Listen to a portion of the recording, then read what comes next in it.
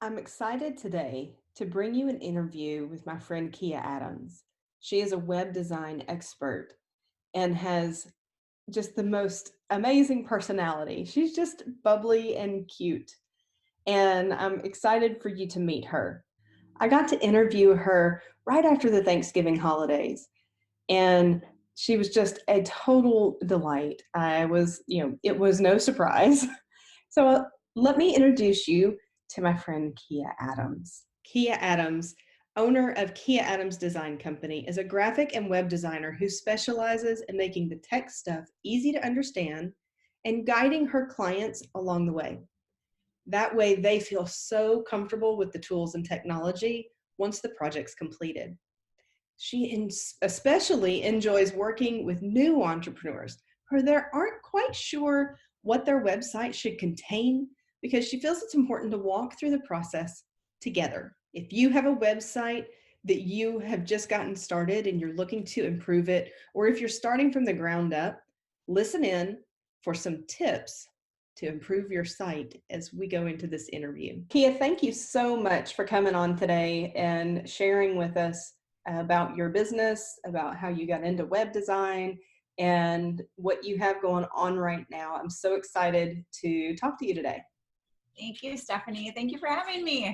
I'm Yeah. happy to be here.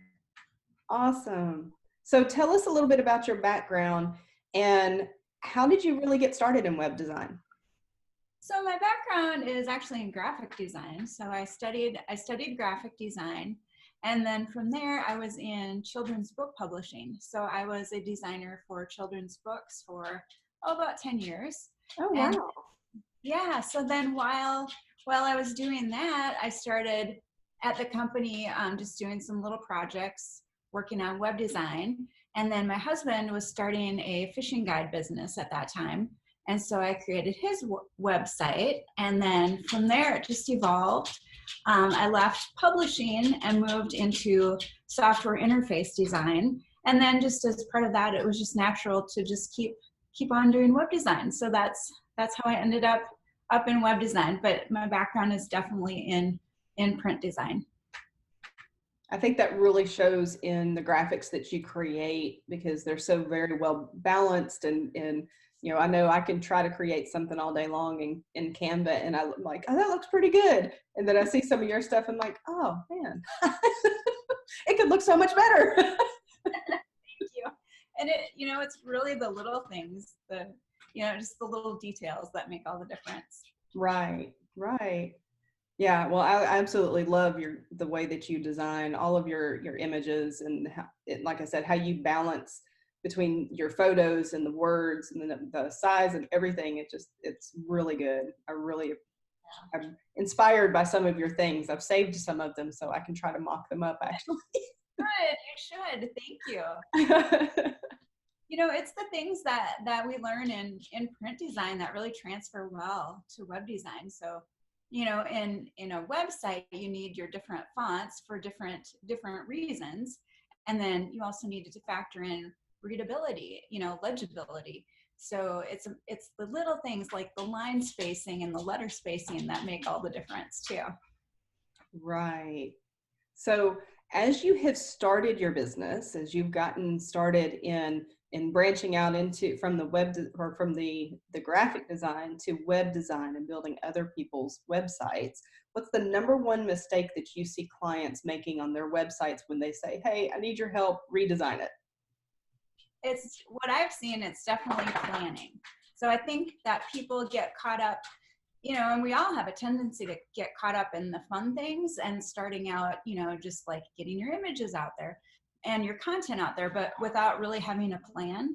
So that's one of the first things that I work with my web design clients. We have a planner and we work through and we talk about your ideal client. And we also look at different websites. So competition in your field that you like and also websites that you don't like. So we just really dig into the heart of it to get down to the roots and just understand what your site needs to do. So then from there, that gives us an idea of what your site really needs to do. Does it need to, are you drawing a client where they need to schedule something, or are you, scheduling coaching calls, or, it just really helps me understand how to structure the navigation of the website, because that's another mistake that I see people making, is just having navigation that maybe doesn't make sense. So it's really just getting to the heart of what you need your site to do. So yeah, I think planning, it's not so fun, but it's really important. It's really critical. I totally agree. In my previous career, I was a project manager for an insurance company. And one of the big programs that I managed was online enrollment and our website. And it was a lot of fun, actually, as we would design. We did a complete redesign of our corporate website, and then tacked onto that some enrollment capability. We did ancillary benefits. So you were enrolling for life insurance and accident, things like that.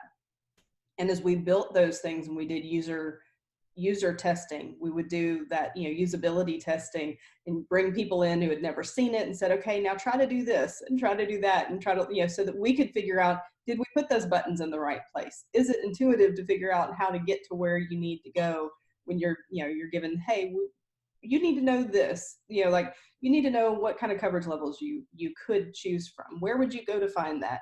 And just see where they went. And we'd be trying to, it'd be great if we had like, I know there's all kinds of software out there that can like track your eye movement and all of that. That would have been cool, but we just had to do it. There were a bunch of us just watching where the mouse went. and then like, two people in the room watch it, that were there in person. And it was always a lot of fun to see, like, did we do it right? Like, did they find it quickly?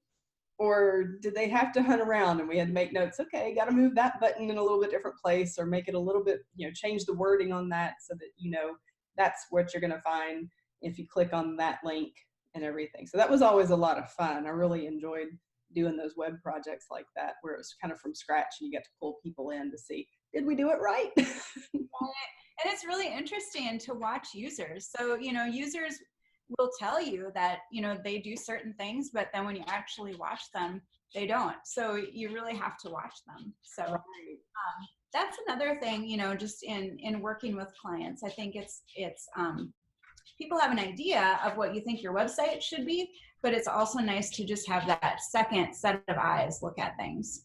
Exactly. So, and that kind of ties into that user testing. Like, we don't always, we answer what we think, but it's not necessarily what we actually do. Right. Yeah. I think I've mentioned this a few times in some other interviews. I have my best friend who doesn't do anything in the field that I'm in. She's not a coach. She doesn't do any of that kind of stuff. They own their own business, but it's very different. And so when I create a new page on my website, or I've created a program and I've put together all the information onto a sales page, she'll go check it out and send me just question after question after question. And I know, like, what did I miss? Okay, this wasn't clear. I need to add this because, she's like, well, what if I want to do this? Or what if it's this, and so she sends me all these questions, and it's fantastic. And she'll be like, I hope this is okay. I'm like, this is fantastic. Because it'll help me add those things that feel or seem just common sense, or just, I already know it. And so I didn't think to actually spell it out on that page and to explain it a little differently or whatever. I'm using too much language that is industry language, as opposed to something that somebody just coming into it would make, that would make sense to them. Like, instead of, lead magnet or something like that, you're going to call it something else on your sales page, and unless your target is people who already know that, Right. Yeah. So that's why we also, in that website planner, we work through all the pieces. So each, content section or content piece has its own section, and, it's just good to work through those things and yeah, take that back to somebody else that's not familiar with it and see if it makes sense to them. I get caught up in that too, like, in my mind, it all makes sense. But then if someone else reads it, yep, then there's lots of questions. So that's good. Right. Yeah. She's like just a miracle worker when it comes to coming up with the questions that I know I need to go back and add in, whether it's an FAQ type of section that says, who's this for, or what, she'll ask those kind of questions that help me really put better information, better content out on that page. So it's really cool. Along the same lines, what's the number one design mistake that you see on websites that are created kind of just do it yourself, where you have somebody that's like, oh, well, WordPress says that I can do this myself, I can figure it out. So, or GoDaddy or somewhere like that. I know forever, for probably 10 years or more, I had my own website that I did totally on my own. And for the time, I bought a course at one point that walked me through how to set it up, make sure I had the right plugins and things like that when I moved from just GoDaddy's stuff to WordPress. But as it evolved, I had trouble changing and coming out of that and figuring out how to do things on my own. And it looked very DIY in the end, which is why I hired Ashley Kaplan to do my website last year, because it was time. It was time to really let somebody who knew what they were doing do it. Right. And you can get by for a while on a DIY site, but then there's just some things that you really need to reel in. So I think one of the number one things that I see is a simple design mistake that you could easily fix, and that's just being consistent. So, if you use your header font in one area, it should be the same header font on all pages throughout your site. And that just adds a level of professionalism. And then the palette. So if your button color is blue on your homepage, it should be blue throughout your site. So just some simple things, just mainly being consistent with your fonts, consistent with your navigation. You don't want your navigation to switch when you go from page to page. And brand, making sure that your brand flows through your website on all pages. So I would say the top things are your brand, your navigation, just making sure your content is professional, and then the entire visual impression, so all of your images. So right, a lot of things. I know one of the things that I run into often when I'm creating content for a new page is I put too much out there. Like, there's way too many words. So that's one of the things I have to challenge myself to do, is cut it by about half and then look, can I remove some more? And it's so hard, but I know that makes it so much easier on the person coming to my site to really understand what it is and not get bogged down. Because I know for me, if there's a whole bunch of words on somebody else's site, I'm going to look at it, I'm going to try to skim it, and then I'm going to move on if it's too much and I can't pick it up from skimming. And so that's one of the things I'm really trying to train myself to do. And design can help with that. So, if you pull out the core message, if you use that in headers or quote designs or, images, that can help break it up too. So what do you recommend for someone who is thinking about creating a website? Where would you lead them? Where would you lead them to first? Or what would you suggest they do first with you if they were thinking, well, maybe I want to hire Kia to do my website? Where would you direct them to first?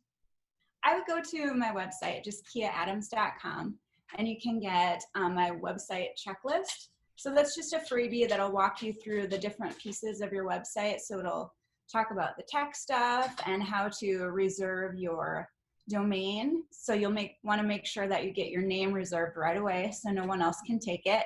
And then all the other stuff can follow. But it walks you through like hosting and plugins. We touch on the fun stuff, what I call the fun stuff. So that's the branding, the palette, and your fonts. So that checklist is a great place to start. And then if we start working together, like I said, we have that planner. So we'll walk through all of the pieces. But in the meantime, I have a Facebook group and we talk about different questions. So if you have any WordPress questions, just pop in there and ask those questions. And starting next week, I'm doing a holiday happy hour. So that's basically for the next 2 weeks. We'll have that next week and the week after. It's just a Q&A session. So if you have any questions, just pop in. I'll have different topics lined up, but really anything goes. So if you have any questions, just make sure and ask those. That sounds like a lot of fun. That really does. That's I great. hope so. Yeah, the idea is just to grab a cup of coffee and, you know, get some alone time. You know, I should hide the dogs, put them away. They've been walking around.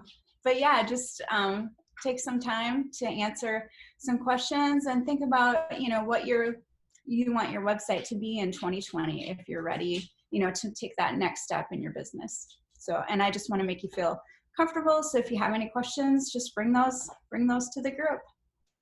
Yeah, and I have to say, for those of you watching, um, hiring somebody to do my website last year was probably the best thing that I could have done for my business to um, really upgrade what I was putting out there for my customers, but also just from the standpoint of not my zone of genius, not the thing that I needed to be spending my time on. Because I could, like I had been for 10 years, figure out, I could spend sometimes hours trying to figure out how do I make it do this, and then finally figure it out. But being able to hire Ashley before was so awesome to be able to do that, because to be able to just give it to her, and she knew how to do it. And I could say, well, I want it to do this and this, and then she'd go do it. And so I know that's one of the benefits in hiring someone like you, Kia, is that we can have these thoughts in our head, but if we're not tech savvy, if it's not something that's our thing, and it's not necessarily even tech savvy, because I'm pretty tech savvy, but it's just deciding that's not where my time is best spent. Right. That was the decision I had to make, because I could have continued to try to do it myself and it would have looked okay, but it was so much better. And I felt just such a sense of relief knowing that somebody who really knew what they were doing had it, and it was in great hands, and knowing that you've been, trained by Ashley and coached by Ashley. I highly recommend. I don't know if you've looked at Kia's site yet, if you've hopped off this video yet to go look at her site. It's amazing. It's so much fun. I love the pictures, your branding, the way that you've designed things, the pictures. I've even saved some of your pictures so that when I get with my photographer next, I'm like, okay, we need to create something like this because I love this one. And one hint that you gave us within Activate, when we were all starting to talk about those branding photos and everything, I loved, I think it was you, that you were like, yeah, we went to a furniture store. I loved that. Because what better place to go find all kinds of different little vignettes of seating areas and stuff to do pictures. I told my photographer about that. I was like, we're definitely going to go find somewhere and we're going to go do that. I loved it. Yeah, that was super fun. That was super fun. Yeah. And like to your point, as far as the zone of genius, I'm trying to figure out Instagram, and I find that's one thing where I'm like, okay, I just need to have somebody help me with Instagram. So it's not a matter of, not being able to learn those things. It's just where time best spent. Exactly. That's where, I'm looking at several other areas. I'm about to hire a virtual assistant just to do some email management for me, just because it's getting a little out of hand. And so it's kind of a trial run for her to see how well does she do with that, to see if we expand that into some other tasks that I know that I could use some help with, that would just alleviate some of those things where it's like, it's something I can do, but is that really where my time is best spent? Because my time is probably best spent doing videos like this and doing training videos and getting out there in front of people, as opposed to trying to do some of the back end things. Right. It would be fun to do it all, but it's not realistic. No. It's not. And one of the missions that I have in my business is to hire other women so that they're growing their businesses too. My mission isn't to be the entrepreneur of all the hats. I really want to expand my business by hiring other people. That is a strong value in my business, is that those things that are better done by somebody else, I do want to hire those out so that their businesses grow too. Because I love to say, as we all rise together. As we're all going up, there's no need to feel like I have to hold on to everything. That's beautiful. And that just fosters that sense of community. And that's the one thing that I've really enjoyed in Activate, is just that community. Like, that means so much in itself.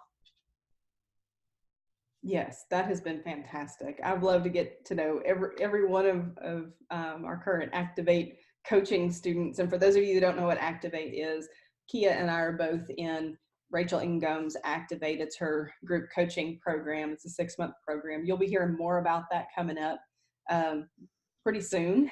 And it's so good because there's a lot of accountability, and I know there are things that she's had us do that I would have never thought to do, like pitching ourselves on other people's podcasts. I don't think that would have even come to mind for me, at least not for another probably couple of years to go and do that.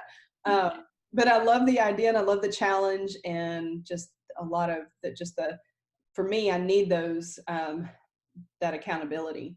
And I think that's one of the benefits of having a coach and having that group, our pods where we've kind of been grouped together has been so helpful as well, as we've all gotten to know each other and gotten to help each other grow our businesses. Because even some of us that are in the same general category of business, coaches or web designers, and so there's some VAs in the group and everything, but none of us are holding on like, I can't share this information because I need it for my business, and if I share it, then somebody else.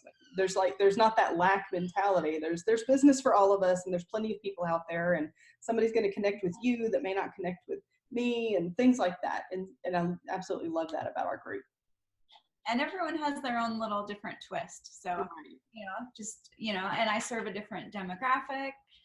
So it just depends. Yeah. And like you said, you just, your message might resonate with someone else, and mine, it just depends, but that's the beauty of it. So it is a mindset of abundance. So yes, I do love it. Definitely. So how can we connect with you if they want to connect with you on Instagram or anywhere else? How do they find you? So start with my website, kiaadams.com. It's pretty simple. And then I am on Instagram, Kia Adams Design Co., and then on Facebook. So definitely find me on Facebook and find my group, because that's where we have all the action and all the questions, all of the Q&A, all of that stuff. So, what's the name of your group? Just go to my page, Kia Adams Design Company, and then my group is linked from there. So perfect. That makes it so much easier. Awesome. Well, thank you so much for coming on and sharing what you have learned in business, and sharing about those tips around creating your own website and the DIY aspect versus really hiring that out to somebody like yourself who is experienced and knows what's needed and can really help direct you, so you're not just trying stuff in the dark, basically. It makes it go a lot faster. Right. And I think your doggies need to go out. Yeah. Well, thank you so much. Thank you for having me, Stephanie. You're welcome. And I will definitely drop a link under this video to your website and to your Facebook page so people can connect with you.